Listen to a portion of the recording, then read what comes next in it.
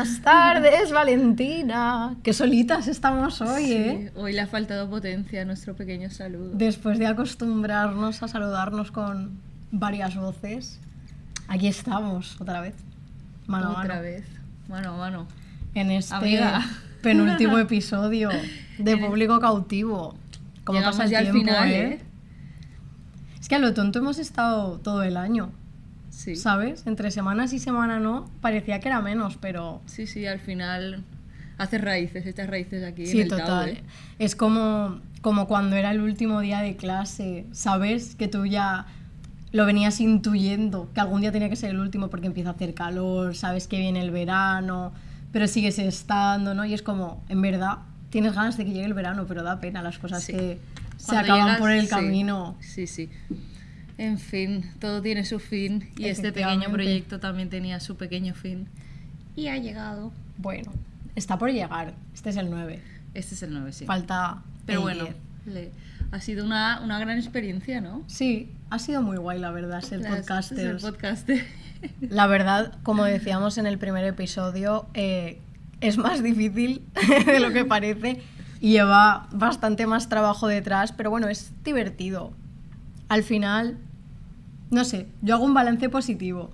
Sí que es verdad que lo pienso y digo, creo que no volvería a hacer otro hablando solo de como la experiencia universitaria, ¿no? Hablando de más cosas, pero yo creo que está guay. Esto es un archivo para el futuro, ¿no? De qué pensaban los A mí me estudiantes. estaba gustando, sí, sobre todo eso, archivo. Me gustaba el eso, de ir como cogiendo voces de otras Sí. personas, ¿sabes? Y sobre todo cuando estábamos haciendo el tema así más de invitar a gente y hablar con ellos y que nos cuenten su experiencia. Yo creo que eso es lo chulo también, porque Sí, tienes total. diferentes perspectivas, ¿no? Al final, público cautivo no sería nadie Claro. sin su público. Claro. Al final, martes tras martes, resulta que las únicas cautivas éramos nosotras. Siempre. Así. No nos pasemos de nostálgicas ya que acabamos de empezar. Me gusta porque estamos haciendo hoy como, ya es el principio, o sea, es como el final y estamos en el principio, pero estamos rompiendo mucho la cuarta pared, ¿verdad? Estamos como mirando ya directamente a alguien. Ya esto ha dejado de ser una conversación entre amigas con notas a pie de página para dirigirnos hacia alguien. Me recuerda como cuando las series de dibujos rompen como su Sí. dinámica y de repente hay como un Sí, episodio se de plantan, Navidad sí, y se plantan, bueno, y hoy los mejores episodios de Navidad de Los Simpson. Sí, sí. En el primero cuando Maggie no sé qué, me Sí, recuerda sí, un poco a eso. 100%. Pero bueno, este es el penúltimo episodio de Público Cautivo y en el capítulo de hoy vamos a hacer un poco balance, ¿no? Es un poco literalmente el programa de Año Nuevo, de la noche de Nochevieja. Sí, de acabado el año. Exacto, de hacer tenemos que el balance del bueno, año. ha acabado el año comentar. académico realmente. No, es que claro que Claro. sí. Es que el año evidentemente empieza 2 veces. Empieza en enero y empieza en Y en septiembre. septiembre. Y eso es genial porque siempre tienes como una posibilidad a mitad del año en realidad De volver, sí. de volver a empezar renacer, sí. y de cambiar tus hábitos que no te gustan Dinámicas, tanto, sí, de sí. prometerte hacer eso que llevas queriendo hacer. Yo me pregunto, la gente, claro, como seguimos cautivas del sistema universitario, seguimos como... Nuestro calendario sigue siendo septiembre, año Claro. nuevo, pero la gente que no ya no tiene, o sea, ¿en qué momento dejas de tener septiembre como año de volver? Yo a creo que empezar? nunca.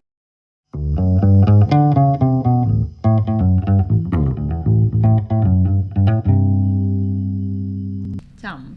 Bueno, y en este último día de clase, ¿verdad? Me recuerda a Albert cuando vino en el episodio de las sillas a decir, cuando él se acordaba de cuando dejaban las sillas encima de la Ay, sí. mesa, que era como, Petit. ¿y dónde va a estar mi pequeño sitio? Petit. Pues me ha recordado a eso. Para mí, como, ¿sabes? El final de, el último día de clase, tipo de primaria, secundaria, tal, las sillas encima de las mesas. No sé, me ha venido esa imagen súper vivida. Sí, de repente vamos a subir las sillas también aquí. Y vamos ahí, cierra, público cautivo. Para Chao. eso es muy triste. Chao. Bueno, vamos a empezar ya con el capítulo, que estamos muy nostálgicas. Sí, más sí, de nos, lo nos hemos puesto tontonas. insoportable. Sí. Bueno, pues vamos a hacer las mismas dinámicas de siempre, ¿no? Vamos a girar en torno a unas preguntas para articular el capítulo y en ellas vamos a reflexionar sobre todo lo que ha sido, conclusión general sobre este proyecto, ¿no? Vamos ¿De a qué te girar ríes? en torno a la silla. Bien. Porque me ha hecho risa cuando he hecho lo de girar. En fin. Bueno, pues en esa primera pregunta que lanzamos, es que después de toda esta temporada hablando, ¿no?, sobre ser público cautivo, ¿cuál es nuestra reflexión final acerca de la experiencia de ser público cautivo en la universidad?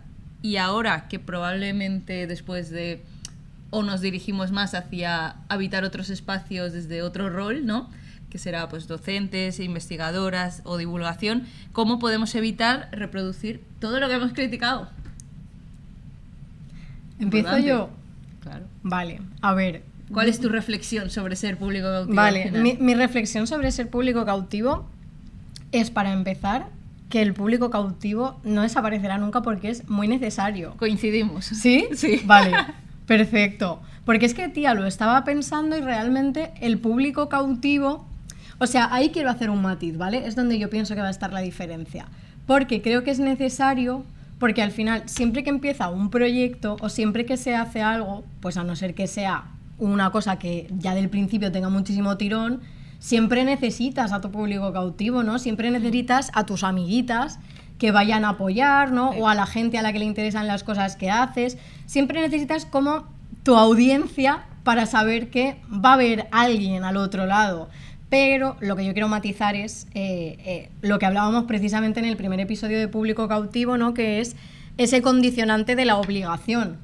Evidentemente, cuando alguien lo hace por ti, en cierto sentido sí que es una obligación, pero es un poco a partir de este palos a gusto no duelen, ¿sabes? No lo haces pensando, joder, qué rollo, o pensando, es que a ver qué hago ahí ahora, ¿sabes? No, lo haces pues eso, porque a esa persona te une el cariño, porque a esa persona te une pues la admiración incluso, y vas como público cautivo a las cosas. Entonces yo reflexionaba sobre cómo quizá darle una vuelta, ¿no?, a lo que es ser público cautivo en la universidad. Y pienso que igual la clave está en intentar cambiar ese matiz de la obligación y del tedio que hablábamos por el cariño, ¿no? Por... que esto evidentemente es muy fácil decirlo, por muy hasta las narices que estés, no que hayas tenido un día horrible, que estés cansado, que te acuerdes porque estás ahí. Y no me gusta tampoco porque no quiero como echar toda la responsabilidad a una... sí, claro. Exacto, ¿sabes? Como individualizarlo de, pues nada, chica, sonríe problema, a la ¿sabes? vida, ¿sabes? Ana Guerra, ¿qué le dirías a alguien con depresión? Que sonría. No, no es eso a lo que me refiero. Pero sí que, por una parte, ser críticos y mordaces, como hemos sido, pero a la vez ser conscientes, ¿no? Sí, y estar 100%. presentes desde el 100%. cariño. O sea, yo creo que al final una cosa que sí que hemos tratado, ¿no?, a raíz de hablar mucho sobre el término, diseccionarlo en muchos ámbitos, ¿no?, y también la burla que hemos hecho sobre el mismo término, yo creo que al final algo que hemos hecho, o por lo menos cuando lo hemos puesto en común con gente cercana me ha dado esa impresión, es que hemos dado materialidad a algo que nos pasaba a todos. Entonces ya simplemente por ser conscientes o ponerle un nombre, creo que ya estamos gestionándolo de otra manera, porque ya al ponerle nombre creamos también herramientas, que es lo que estás diciendo de ser consciente, ¿no? Vivirlo igual desde otra manera menos hostil, porque cuando ya ponemos el problema en común, ¿no?, que es lo que hemos hecho. Es lo que hablábamos con la ansiedad y el síndrome del impostor. Cuando ya lo ponemos en común, pues yo creo que sí que tenemos herramientas de gestionarlo mejor, o por lo menos saber que está ahí y intentar no pasarlo tan mal, ¿no? Exacto. Entonces, desde la conciencia y desde reivindicar, como hemos hecho millones de veces, probablemente una de nuestras palabras más repetidas, lo cotidiano, 100%. la presencia, ¿sabes?, los rituales, ¿no?, todo esto, yo creo que esa es una buena manera realmente de aterrizar, ser conscientes de lo que estamos viviendo. Total. Y aunque sea un rollo, porque estaremos en muchas cosas como público cautivo y todas serán un rollo, por lo menos intentar sacarle algo, ¿no? Sí. Ya que estás ahí, ya que estás obligatoriamente ahí presente, pues chica, baja la cabeza, ¿no? O sea, no te vayas a disociar, Sí. no te vayas tan lejos. Igual céntrate en el presente, porque igual el presente está ahí y necesitas simplemente que le pongas un poco de actitud y de atención para que se te haga más ameno, ¿no?, la experiencia. Con lo que decías de ponerle un nombre, se me ha venido 100% el verso este de Safo, de alguien se acordará de nosotras. Alguien se acordará de nosotras siempre que nombre público cautivo. Que de hecho es como cuando hemos hecho algún seminario del grupo o algo así, lo han Ha dicho salido. de ya estamos de público cautivo, Sí. o voy a necesitar para esto público cautivo, y siempre es como ese guiño, ¿no?, ese chascarrillo hacia nosotras. Y yo creo que también hay una parte Tiene guay gracia, en sí, eso, ¿no? En sí. que alguien se acordará de nosotras, al final precisamente por esas situaciones, ¿no? Por las Sí, que pero empezamos porque al esto. final todos somos público cautivo, Claro lo que que hemos sí. dicho, y no vamos a dejarlo de serlo jamás. No. Y simplemente pues se le ha puesto nombre a una situación que vivimos todos y en la que todos nos sentimos reflejados. Total. Y sobre todo que yo pienso que de verdad sí que es una situación que puede como intentar no romantizarse, pero sí un poco adulterarse, se dice, ¿no? Como Sí. edulcorarla, quería Edulcorarla, decir. vale, Adulterarse, eso, eso, o sea, como de ser adúltero, ¿no? Edulcorarse, adulterarse. Poniendo los cuernos de repente en la universidad. Edulcorarse. Edulcorarse, porque no es como algo... No es algo tan profundo, ¿me entiendes? No es como algo que digas, hay que quemar un contenedor. Ya. Que yo nunca diría, pues no, estate presente, no. Yo diría, las cosas por las que merece la pena, verdaderamente, ¿sabes? Hay que hacerlo. Pero yo creo que esto sí que es algo que podemos aprender a hacérnoslo más liviano. Romper con el automatismo Exacto. y esa tendencia a la disociación que tenemos en literalmente todos los ámbitos, que es la que nos apaga el cerebro. Literal. Y luego pues sentimos eso, que nuestro tiempo ha sido desperdiciado. Sí, totalmente. Que ya ves tú qué rollo, pero no sé, yo creo que con la reivindicación a lo cotidiano, Pues sí, por es lo que cotidiano, al final, por las cotidianas. Al final quiero decirte, es tu día a día. sí. ¿Qué vas a hacer? Intenta aprovecharlo. Es por ti mismo. Exacto, ¿no? es yo por creo que el es bien lo de más tu importante cabeza. que podemos igual llevarnos a esta reflexión y simplemente edulcorar la experiencia universitaria. Adulterar. De verdad que... Bueno, eso es una cosa que a mí me pasa mucho. Y es algo que, ya que estamos llegando al final, yo quiero decir. Yo tengo un efecto Mandela de muchísimas palabras, términos y nombres. O sea, edulcorar, adulterar... Que lo dices mal, yo también. ¿Sabes? Porque es como que se parecen en mi cabeza, las Sí. asocio y luego las digo mal. O sea, Sí, por sí, yo ejemplo, 100%. he querido decir nombres de artista que sabía quiénes eran y luego hemos dicho, editando, ¿qué? ¿Sabes? Lo he dicho mal. Y así con No un te ha montón de pasado tanto, cosas. pero- Varias veces, tía. Pero Varias son veces. son pequeños errores. Que luego igual la gente ni se da cuenta, pero Nah. yo siempre entono el mea culpa. Nah, qué va. Pero sí. Y no sé, yo creo que es eso, es esa transformación, ¿no? Desde la posición en la que estamos siendo público cautivo, que bueno, si la transformamos, al final haremos algo más, no sé, algo más amable con nuestra Sí. propia experiencia ahí, ¿no? Sí, tía, yo eso me acuerdo, me lo propuse de propósito de año nuevo de este año, que sorpresa, no lo he cumplido. ¿Aún? Tienes Pero tengo tiempo, otro año nuevo, en plan, no lo he cumplido todo lo que debería, que era el intentar estar más presente. presente. ¿Sabes? Creo que ese es el... Pero es que claro, si siempre tienes algo que hacer, algo a lo que ir, vas siempre con prisa, ¿no? Verdaderamente quien es rico es quien no tiene prisa nunca y puede ir tranquilamente. Entonces yo pienso que esa es la clave, ¿no? El no...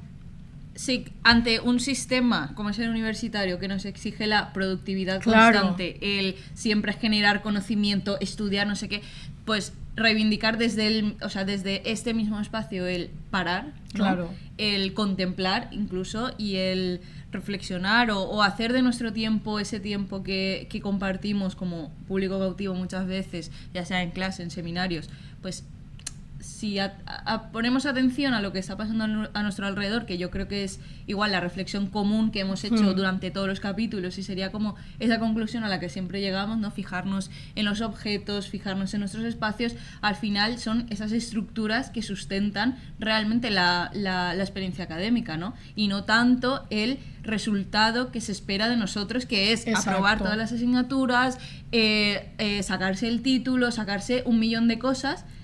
Entonces yo creo que por eso tiene sentido este Claro, proyecto, es ¿no? que yo eso a veces lo pienso y es lo típico de...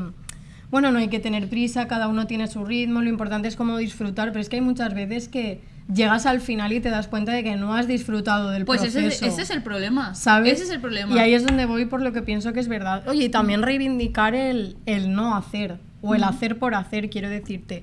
Si un día puedes evitar ser público cautivo porque no estás en el día, pues mira, entra más tarde a la clase, a la actividad o lo que sea, date una vuelta a la manzana, bebe agua, tómate un café, ¿sabes? Como céntrate y vuelve en ti y rompe con ese automatismo Sí. y luego Sí. ya vuelve a tus obligaciones, que hay que hacerlas, ¿sabes? Sí. Pero... Yo creo que eso es importante porque al final es lo que tú dices. Si tras 4 años, como mínimo, en la universidad, si llegas al final y te das cuenta de que ese recorrido no ha valido la pena, que has conseguido absolutamente cada aprobado, cada nota, cada título que hayas querido, ¿dónde queda realmente la experiencia universitaria? No queda. Total. Entonces, al final, ¿qué vas a tener? Una mala relación con haber habitado ese espacio porque no lo has habitado, porque tu cabeza estaba más en la productividad constante Sí.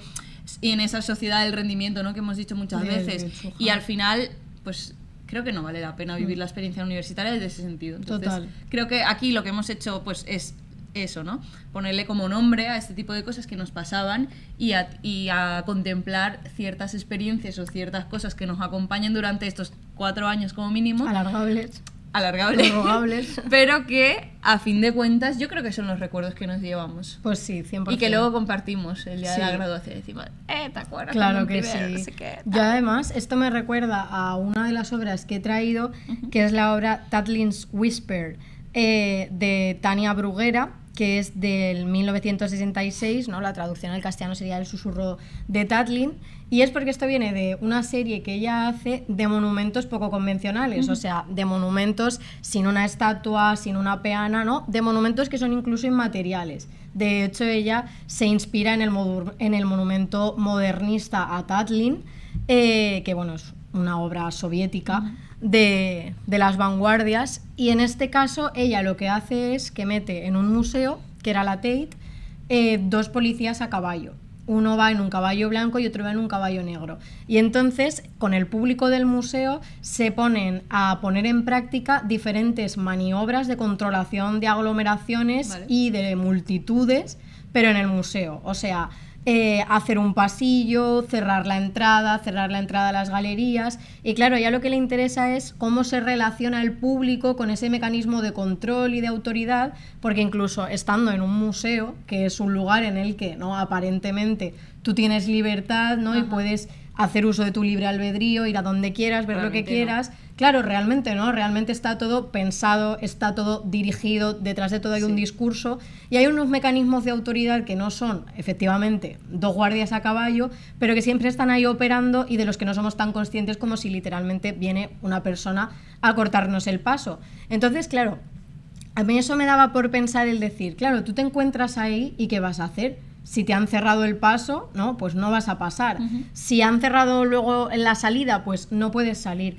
Pero creo que precisamente la clave está en cómo esa gente seguiría luego haciendo su visita, ¿no?, cuando ya se cansasen de, pues, la performance o al menos de esa acción que estaban viendo que se llevaba a cabo sobre ellos, ¿no?, y empezasen a simplemente deambular por los pasillos, a seguir, incluso quienes simplemente se quedasen cumpliéndolo, pero sintiendo que formaban parte de algo, como era en este caso la acción. Y creo que resume bien lo que habíamos dicho, ¿no?, que sería como, pues si consideras que es lo propio, continúa. Si consideras que es lo propio, quédate, pero siendo consciente de por qué eliges una o la otra, porque ese hombre a caballo que te está tapando la salida no se va a ir. Va a estar siempre ahí, ¿sabes? No siempre en el museo, pero en este caso sí.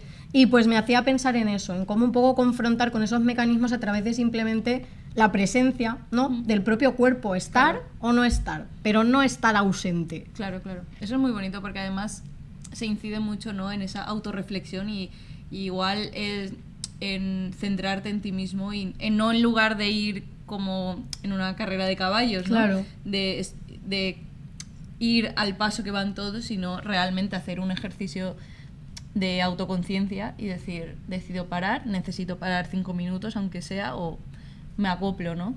Muy vigilar y castigar también. Es ese que ejercicio, claro, ¿eh? es todo, cuando hablamos de público cautivo, Es siempre hablamos literal. al final de Foucault, De lo mismo. de Interpol. De Interpol. Momento fanger.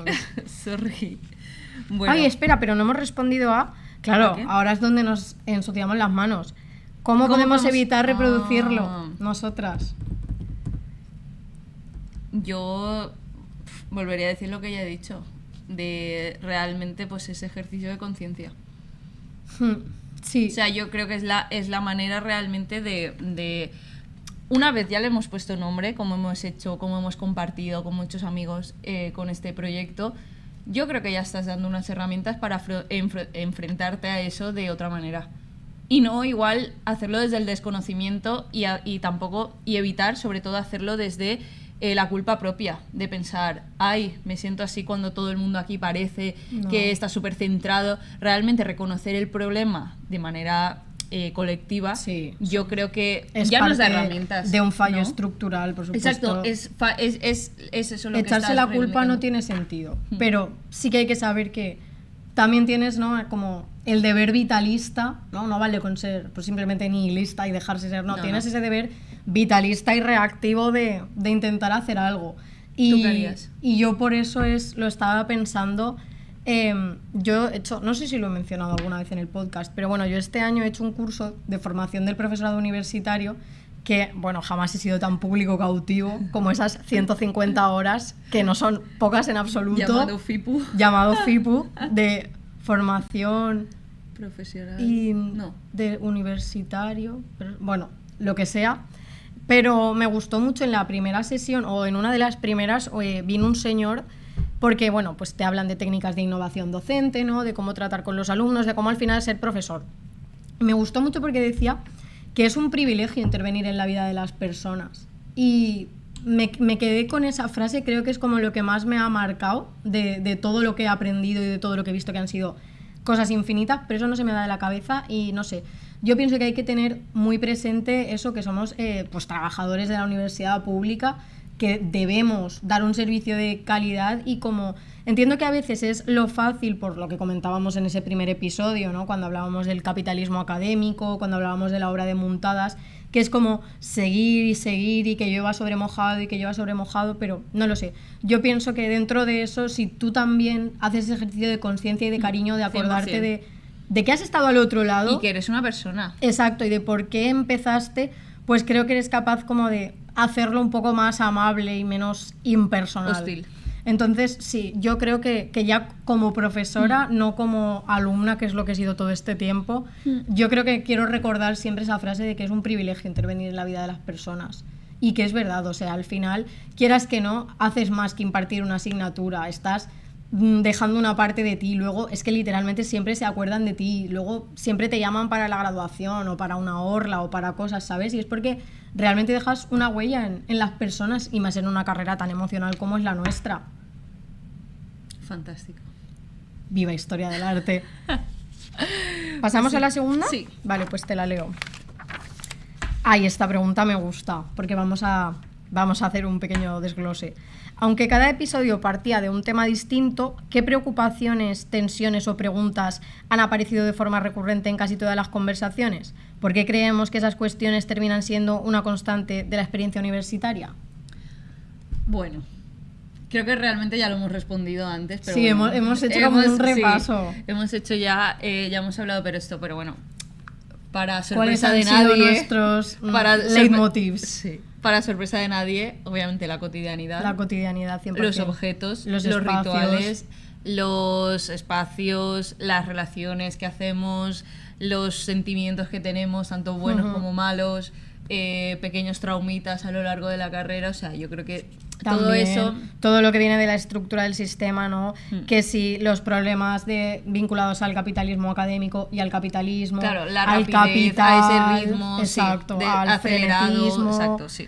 las oportunidades, las trayectorias, las diferentes formas de vivir una misma experiencia. Sí, todo, o sea, yo creo que todas estas preocupaciones y todas estas tensiones que hemos tratado, al final, pues si las hemos tratado aquí, es por ese fallo estructural, ¿no?, del que hemos hablado. O sea, al final tú tienes una estructura que te exige un cierto ritmo, una productividad inalcanzable y... Si no hemos estado a punto de tirar esta mesa 4 veces en lo que llevamos de episodio, de verdad que no lo hemos hecho ninguna. Qué miedo me ha dado. Ya, yo cuando con la yo mesa. digo en directo, además. Hostia, eso hubiera sido muy bueno, ¿eh? Bueno, pues frente a esta exigencia, ¿no?, pues surgen reivindicaciones como el parar, ¿no?, el vamos a respirar un poco, ¿no?, porque Sí. cogemos aire, porque ya el cuerpo nos lo pide obligatoriamente, porque es un ritmo que no se puede llevar. Entonces, no sé, yo creo que estos posicionamientos que asumimos no son para nada... o sea, son necesidades reales que tenemos dentro del sistema universitario. Total. Y yo creo que por eso, cuando hemos ido hablando y diseccionando sobre este concepto, han ido surgiendo todas estas cuestiones a lo largo de este podcast. Y luego hemos tenido otra herramienta muy importante, que es cómo se reflejaban, ¿no?, en el arte contemporáneo o en diferentes manifestaciones culturales, artísticas.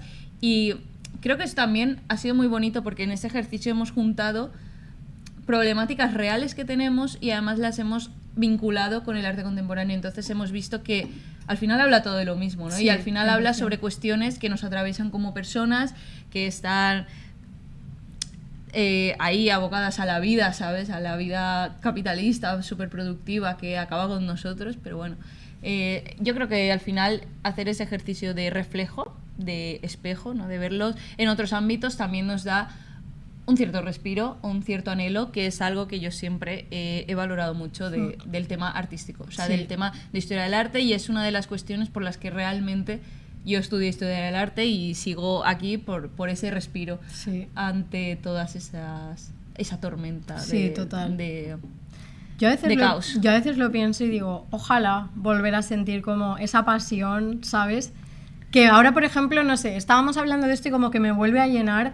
Y a veces siento tanto no tenerla tan presente como debería, ¿sabes? De pensar... Es un ejercicio también. Claro, ¿por qué yo elegí estudiar esto? ¿Y por qué estoy eligiendo seguir esta carrera académica cuando quizá podría haber otras posibilidades, ¿no? Siempre hay otras posibilidades, pero que te llenen.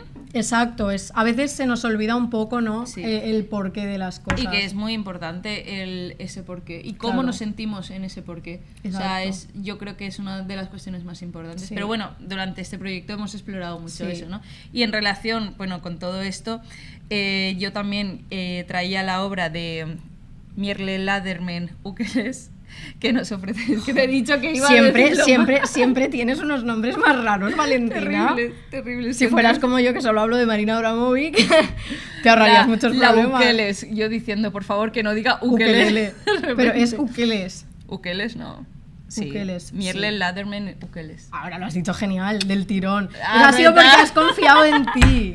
Qué importante es la confianza. Bueno, pues esta mujer realmente es una artista también, una artista viva, que ella es de Nueva York, y también, bueno, nos ofrece como una respuesta a todo esto que estamos hablando, pero desde el ámbito del arte conceptual, que es el que ella trata.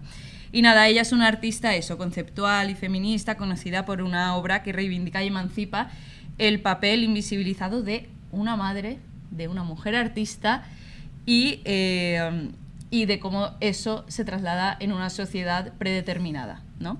Entonces, ella se hizo muy famosa por allá por la década de los 70 porque hizo un manifiesto que se llama Arte de Mantenimiento. Es como un concepto que ella trabaja mucho en su obra, y es que ella parte, para construir ese concepto, parte mucho de su propia experiencia, y es de su experiencia desde que ella es artista, ¿vale? Ella es artista en determinado... O sea, ella es artista en ese momento de su vida, y se ve con la dualidad de compaginarlo con el ser madre. ¿Frente a qué? Frente a otros artistas masculinos que no tienen que dividirse o fragmentarse de esa manera. Entonces ella, al final, lo que hace con su obra, que esto es lo más importante, ¿no?, que siempre el arte contemporáneo tiene eso, ¿no?, esa experiencia vital, cómo construye un testimonio muy potente por un dolor o algo que te atraviesa en ese momento, ¿no? Entonces, a esta artista lo que le atraviesa en ese momento es esa dualidad que tiene que hacer entre que es artista y luego que es madre. Entonces todo esto lo mezcla y ella crea ese manifiesto titulado El arte del mantenimiento.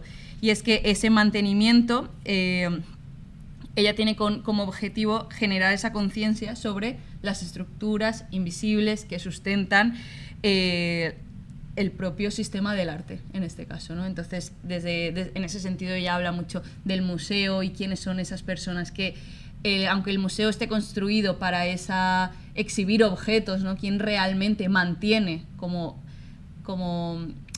concepto de cuidar, de mantenerlo continuamente, o sea, ese ejercicio cotidiano, ¿no?, de estar ahí, como lo hace una madre, quién realmente está ejerciendo ese papel, porque es un papel que se tiene que hacer, pero que no se visibiliza, ¿no? Claro. Entonces es todo esto lo que ella trata, ¿no? Entonces, ella hace esta crítica institucional, ¿no? Al señalar, pues, desde el ámbito de los museos, de las exposiciones y cómo estos sistemas artísticos dependen de esos trabajos de mantenimiento que suelen quedar ocultos y que no vemos, no contemplamos y no sabemos. Y en relación con eso, ella tiene una performance también. El artista lleva a cabo labores de limpieza, como vamos a ver en las fotos, ¿no?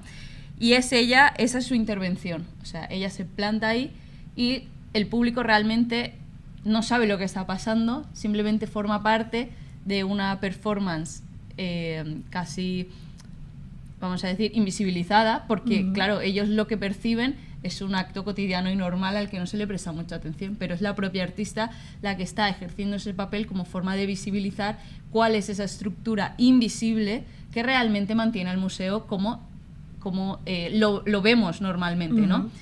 Y desde ese sentido está desdibujando, ¿no? Esos límites entre el arte y el trabajo, y además también nos introduce una tensión crítica que pone en evidencia todos estos materiales que realmente sostienen muchas de las instituciones. Y si lo pensamos en clave universidad, pues realmente lo que hemos hecho aquí también con Público Cautivo, ¿no? Es ver todas esas pequeñas experiencias que vivimos todos, que pasamos por largo, que son ni tan solo a veces las compartimos, pero aquí les damos como un espacio, ¿no? Para que florezcan, ¿no? Se convierten en la parte central de la acción. Exacto. Entonces, detrás de lo que ya conocemos todos sobre la experiencia universitaria, vemos que realmente son estos pequeños momentos que compartimos, que también, aunque sean pequeños, forman realmente nuestra, vamos a decir, se genera mucho de ahí nuestra identidad, ¿no? Sí, claro. Se desarrolla. Y es al final en los momentos de conversación, ¿no? Son esos momentos, entre otros tantos, de mantenimiento,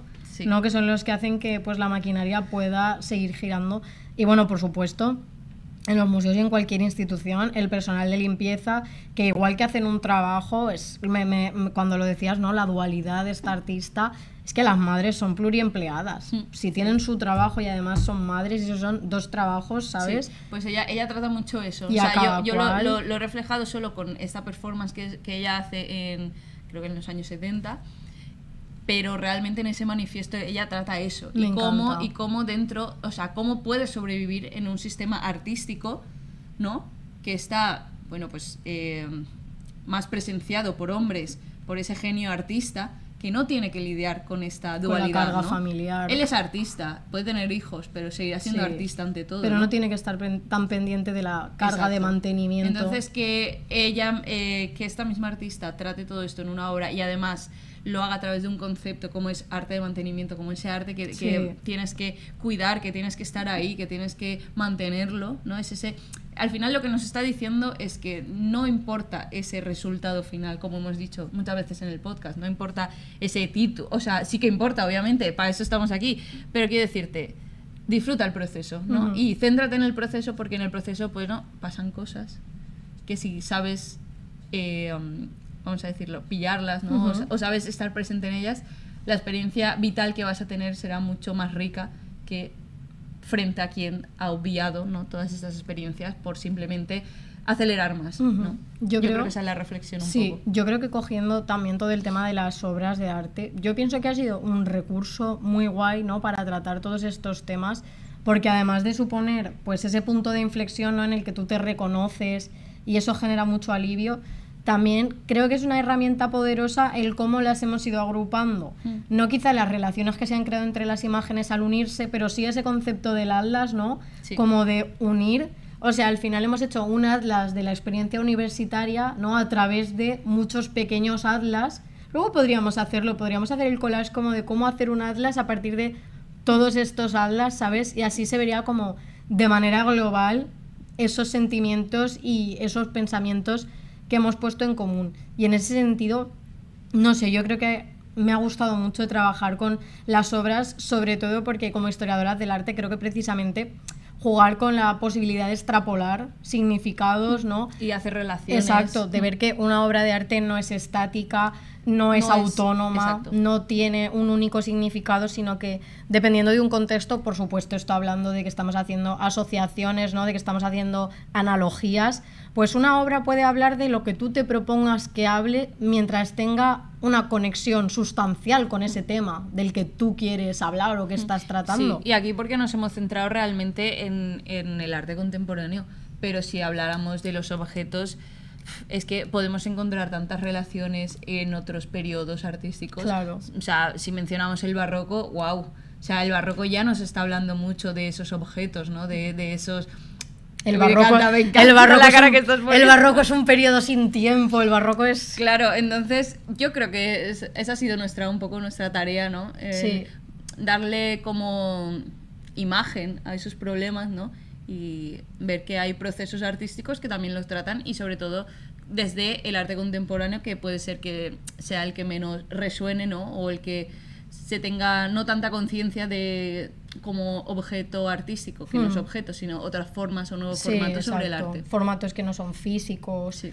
Yo al final también lo que pienso es, pues igual que estábamos diciendo, esto pasa un poco, ¿no? Con la experiencia universitaria, que era, ¿cuál era la pregunta? La segunda, que decía, ¿por qué creemos que esas cuestiones terminan siendo una constante de la experiencia universitaria? Pues es un poco lo que decíamos, ¿no? Que al final todo lo que sucede en la vida sucede en todos los ámbitos de la vida.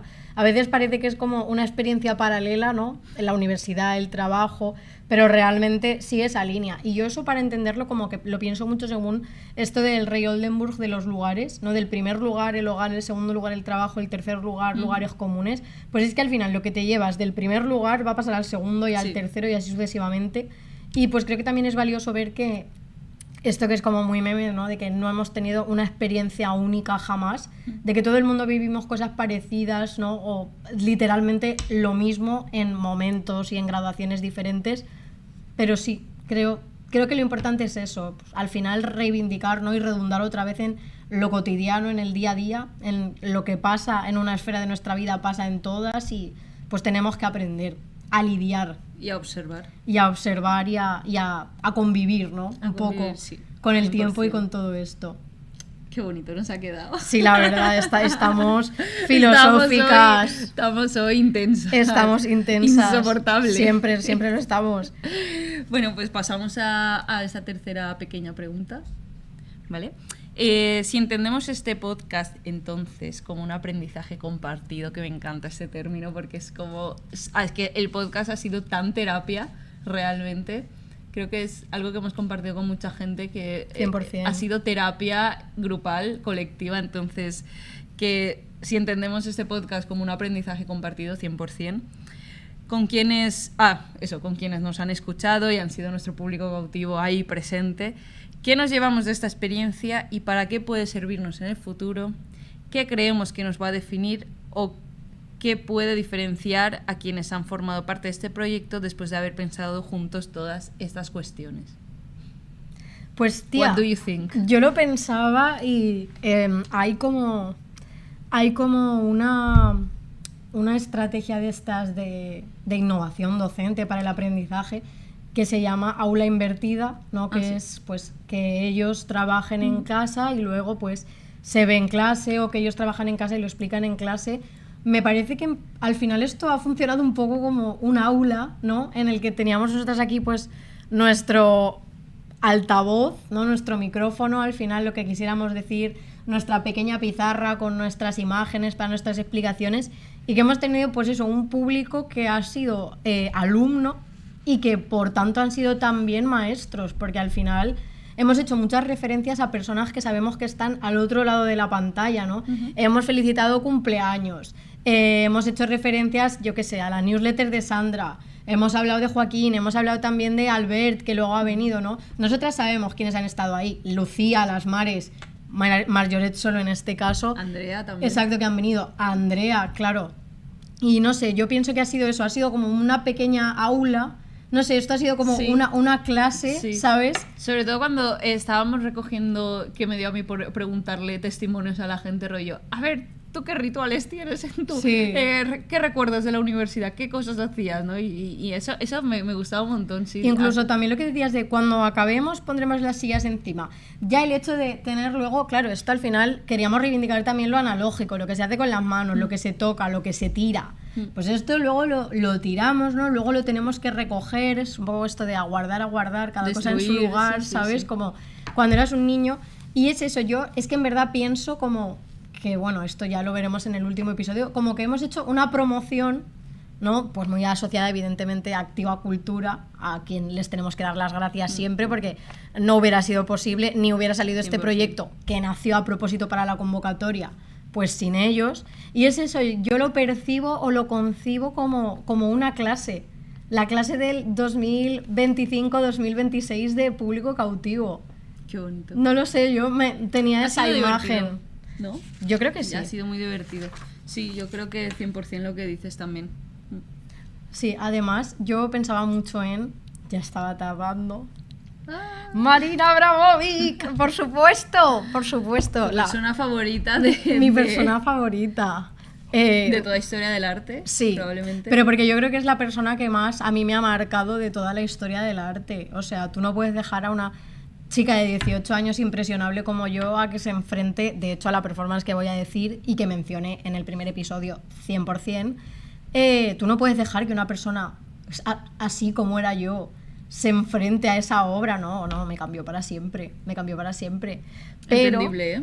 Entendible. es increíble. Pero eso me recordaba la obra de Artist is Present de Marina Abramovic, que llevó a cabo en... ¿Dónde era, tía? No me lo he apuntado. Era en Nueva York, ¿verdad? Sí. ¿En el MoMA? Sí. Yo creo que era en el MoMA, sí. Era en el MoMA. Bueno, que realizó la performance durante 3 meses, todos los días, es muchísimo tiempo. Y precisamente es una actuación, es una performance que tiene que ver con la presencia y con el estar aquí y ahora. Y a mí me gustaría, para explicarla, que bueno, es esta performance en la que Marina Abramovic se sienta en una de las galerías en una silla, así como estamos. Mira, de hecho vamos a ponernos en plan de Artist is Present. Vamos a ponernos performativas. Claro, Marina Abramovic está así con gente aleatoria que se va sentando.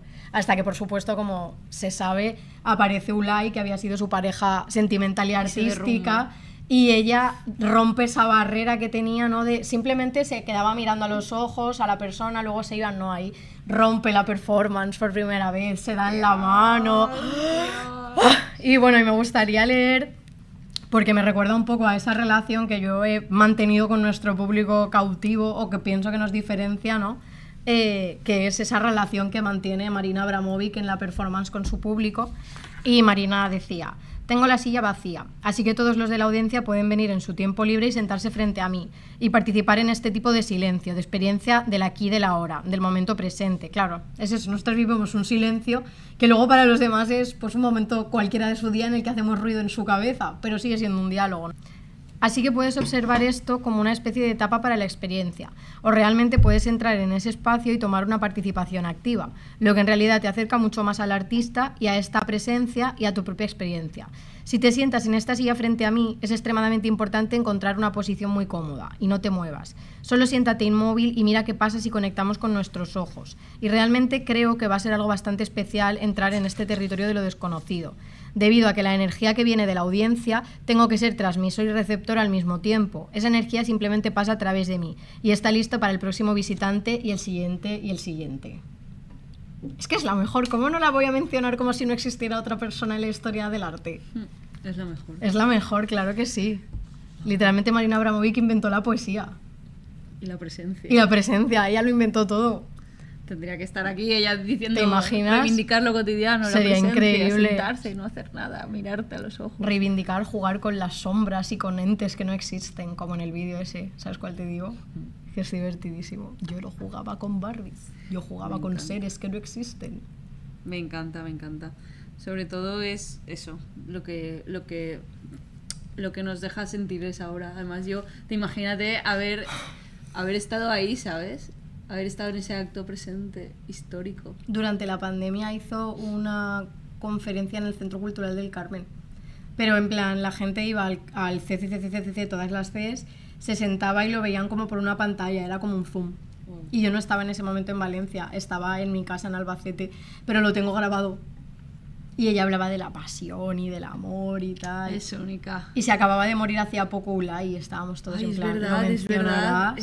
¿Lo mencionó? Pues no me acuerdo, creo que... no lo sé. Ay.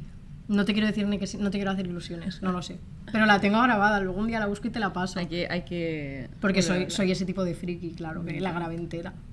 Pues yo en relación con esto que estábamos hablando también, no sé, yo también pensaba que estas experiencias, ¿no?, que al final vivimos y otra vez como volver a ese reconocimiento, a ese formar parte de una estructura compartida, yo creo que es ese desplazamiento, ¿no?, que hacemos en este proyecto, ¿no?, como hemos visto también con esta obra, es que también nos deja eso, que el problema sea algo personal para que sea algo colectivo.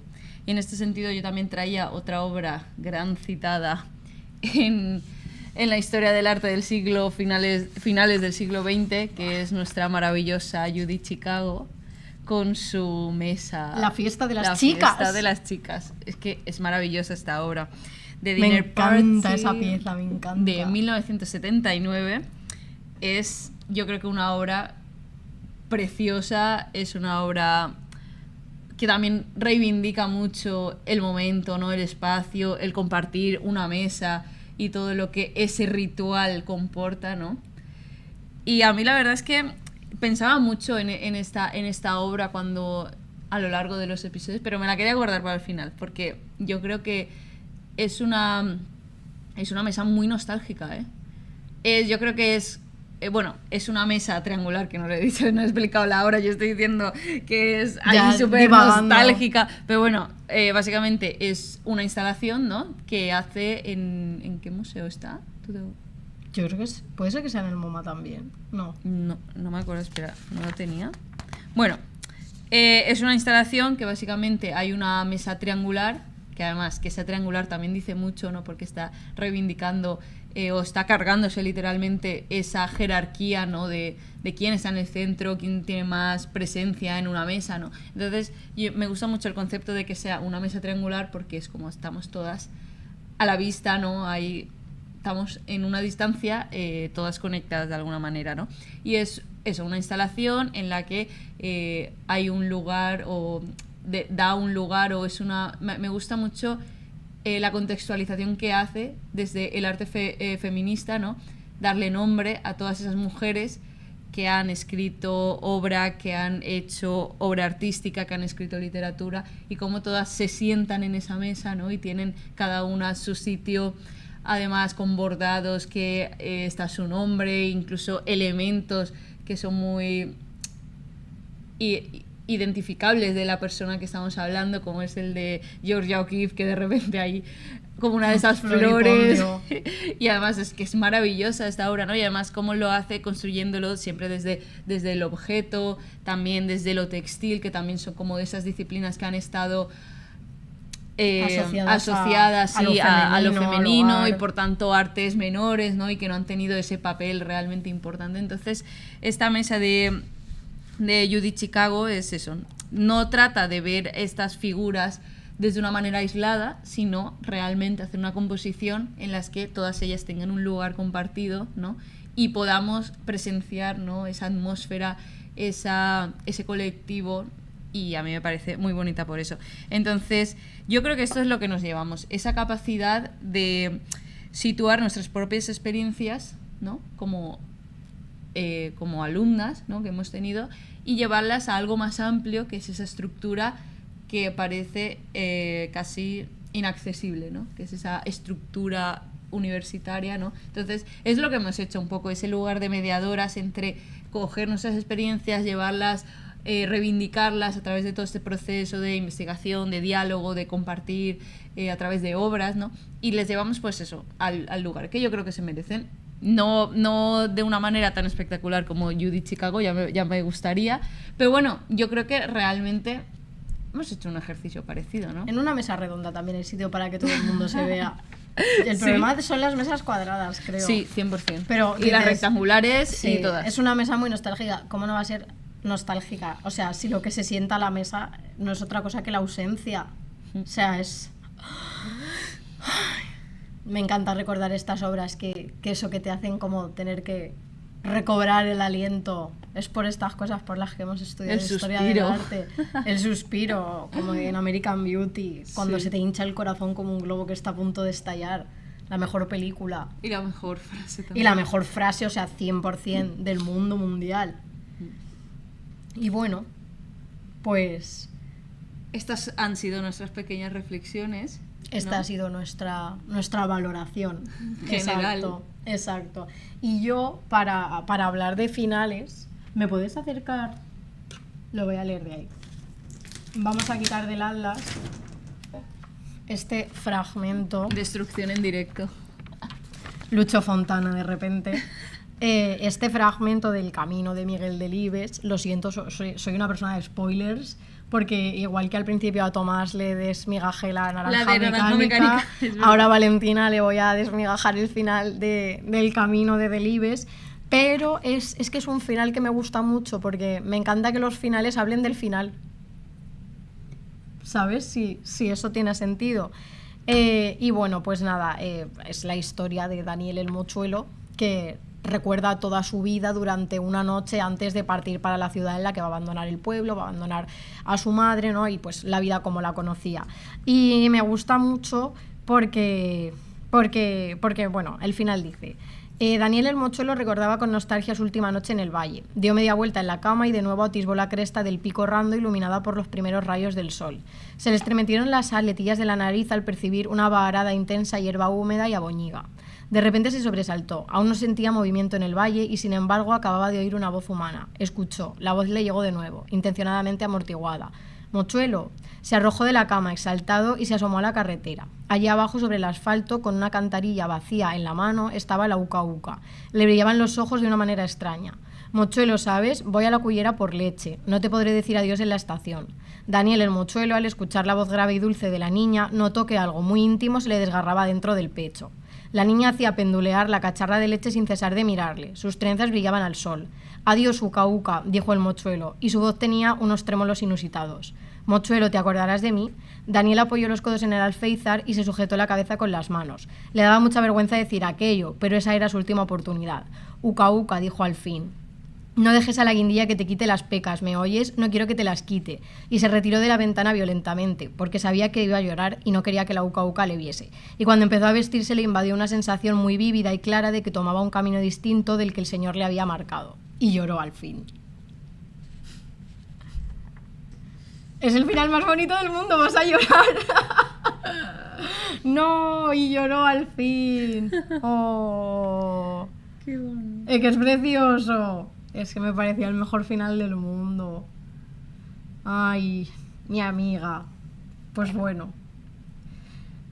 tenemos que despedirnos de nuestra pequeña audiencia. Ya no habrá al siguiente domingo. Ya no habrá el siguiente domingo. ¿Cuándo será no el podemos próximo y decir. final episodio? No se sabe. Es sorpresa. Es sorpresa, supongo. Así que, es verdad, ya no podemos decir lo del domingo. Qué pena. Bueno, pues gracias por haber sido nuestro público cautivo. Y ya está. Y ya está. Y hasta si algún día queréis volver a escucharnos porque no tenéis nada mejor que escuchar, Ahí están. ahí estarán.